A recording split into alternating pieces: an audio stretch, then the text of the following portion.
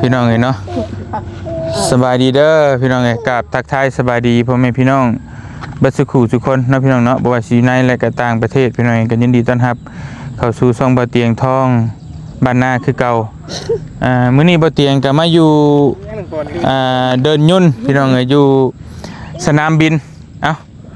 เปิดคลิป YouTube เด้อบัดนี้เด้อสบายดีเด้อพี่น้องเด้อมื้อนี้บ่เตียงก็สิมาส่งทั้งน้องเพิ่นขึ้นยุ่นพี่น้องขึ้นเครื่องบินสิกลับ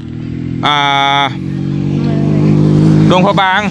ส่งน้องปินกลับดวงพระบางแล้วก็มาบางให้น้องเพิ่นมาพอนยับเข้ามานี่ยับเข้ามานี่บ่ยาวมาหั่นบังแดดโอ้บริการอุ้ยพี่น้องเอ้ยเดี๋ยวสิไปส่งน้องเพิ่นไปดวงพระบางหารถยากสิเอาเครื่องบินมารับเลยพี่น้องเอ้ยแต่ว่าบ่แรงก่อนเนาะแล้วก็น้องพรก็ไปบ่ไปลิ้นบ้านล่ะเอาก็บ่พันเด้มาทุกคนบ่ไปเอาสิเอาเครื่องบินมารับนี่เอาเครื่องบินมารับกูบ่ไปเป็นหยังไปลิ้นน่ะได้สิพามาน่ะบ่ไปเป็นหยังแกบ่ไปเฮือนยังบ่แล้ว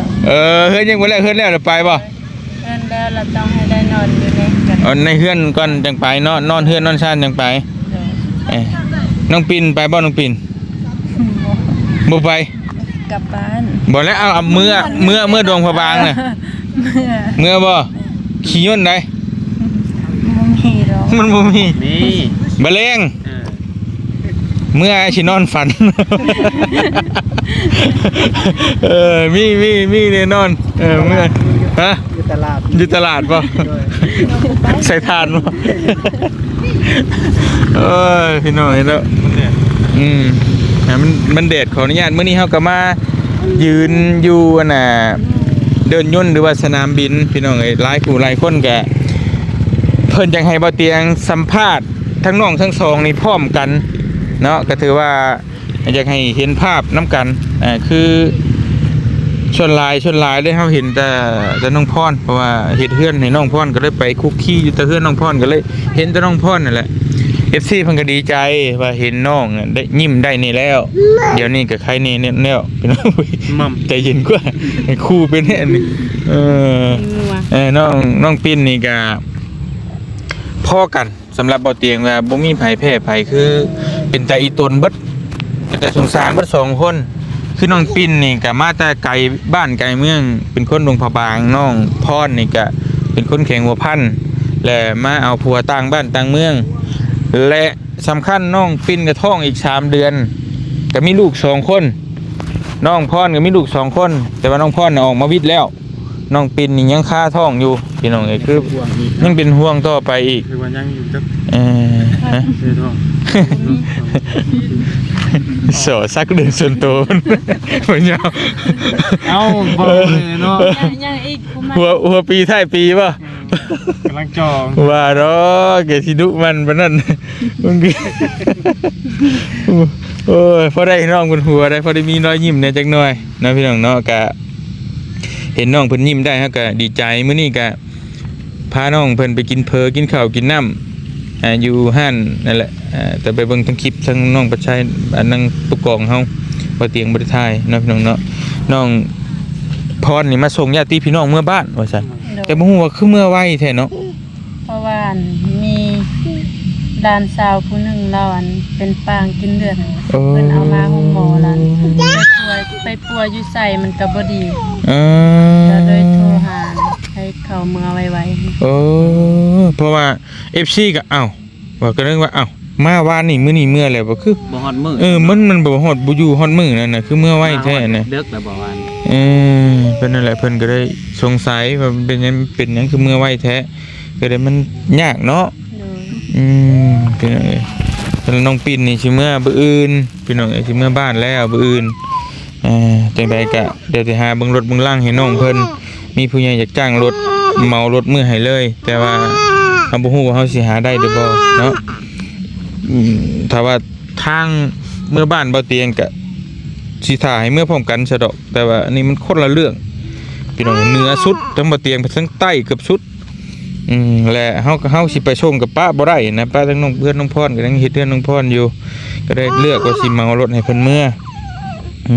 พี่น้องเนาะคิดจังได๋สิจากลาบ้านอันนี้เมื่อแล้ว ก็คิดฮอด เอาคนห่มบ่ คนหมู่บ้านนี่แหละมีแต่ความทรงจำนี่แหละทานลูกใหญ่ยังมีโอกาสก็สิมายามพ่อเฒ่าพ่อปู่แม่ย่านะ ยังเป็นห่วงยังคิดฮอดเพิ่นอยู่เนาะก็ไอ้ต้นเขาเจ้าก็เท่าเดบ่มีผู้อยู่นำ พี่น้องทั้งอีต้นบัดจุกุจุคนพรังไหนกะแต่ว่าน้องเคยไปเคยมาอยู่บ่ เคย ใช้เวลาเดินทางหึงบ่ ก็ข้างทางนึงคืนนี่อันนอนอยู่อันข้างคืนนี่ โอ้ต้องได้ข้างอีกมื้อเดียวนี่บ่ฮอดต้องได้นอนคืนนึงตื่นมาอีกมื้อฮีฮอดก็ ไปทางยังกะข้างคืนจึงฮอดอันไปทางอันหน้าตู้ห้วยหมอนี่บ่ข้างคืนเฮาเอารถจักรไปนำ โอ้เอารถจักรขึ้นไปนำเลยพอใกล้สิฮอดบ้านน่ะขี่รถจักรไปอีกเลยไปเลยปอไกลเจอเพิ่นทางสุดยอดอยู่ไปก่อนนะ ลานก็ฮ้อนพี่น้องเอ้าบ่เตียงก็จักสิถามหยังมีแต่น้องอยากเว้าหยังกับ FC บ่ตั้งแต่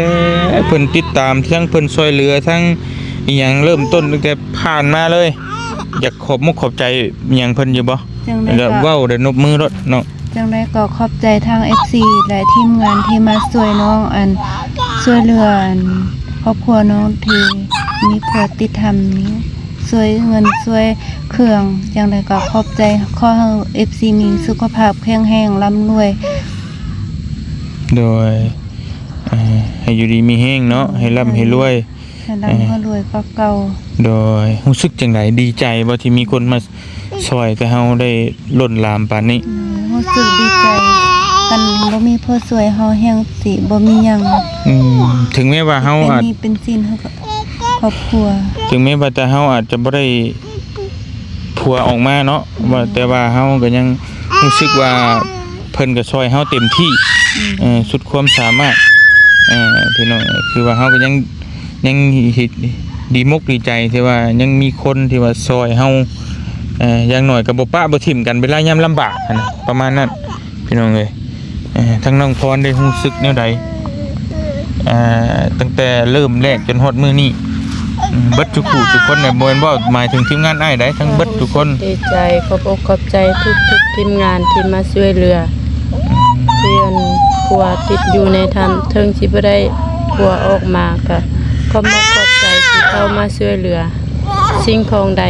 ที่ขาดเกินข้าเจ้าก็เข้าช่วยเหลือโดยก็ขอบใจเพิ่นเด้อน้องเด้อขอบใจเพิ่นในเว้า ขอบใจหลายๆเด้อทีมงานใดก็ขอบใจทั้งหมดที่ FC ที่ติดตามขอให้อยู่ดีมีแฮงความเจ็บอย่าได้ความใครอย่ามีแล้วก็ขายสินค้าสิ่งใดก็ให้ร่ำให้รวยขอให้อยากได้สิ่งใดขอให้พัฒนามีจริงให้ได้สิ่งนั้นขึ้นมาโดยสาธุเนาะสำหรับบ่เตียงมาในครั้งนี้ก็มาด้วยใจพี่น้องเอ้ยมาซอยน้องเพิ่นด้วยความเต็มใจ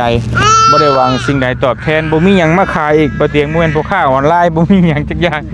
มีแต่เสื้อนี่แหละสิซื้อซอยกันตัวละ200,000กีบพี่น้องเอ้ยเนาะแค่นั้นแหละบ่มีหยังทั้งบ่เตียงนะมาซอยด้วยมุกด้วยใจอีหลีเฮาอยากเฮาเห็นแล้วเฮาอีตนนะเห็นน้องเพิ่นอุ้มลูกแต่เฮาก็มีลูกน้อยคือกันนะก็เลยอีตนพี่น้องแค่นั้นบ่ได้มีหยังคือประสงค์แนวอื่นเนาะโอ้ยใช่น่ะดีแต่บ่ให้แล้วยอมรับว่าฮู้พี่น้องเอ้ยลูกเพิ่นนี่ก็สุดยอดหลายไปถ้ามีแต่ว่าเฮาก็สิกลับก่อนไปเบิ่งเฮือนเบิ่งซ่านเดี๋ยวจังว่ากันพี่น้องเอ้ยเดี๋ยวไปหาซื้อน้ำเย็นๆไปฝากสร้างก่อนมีแต่เดี๋ยวเฮาจังเมื่อคุยกันอยู่เฮือนต่อเนาะเดี๋ยวสิเอาแนวใดจังใดก็พี่น้องเอ้ยถ้าว่ามันบ่มีรีรอก็จำเป็นละมื้ออื่นก็จังว่ากันสิหาโทรหาเอายนต์มักปิ่นมารับเครื่องบินเด้ ไป อยู่ดีมีแห้งเบิดจุกจุกคนพี่น้อยมกกับใจละลายเด้อ FC ที่ซอยเหลือน้องเพิ่นเบิดจุกจุกคนเดี๋ยวมื้ออื่นเจอกันบ๊ายบาย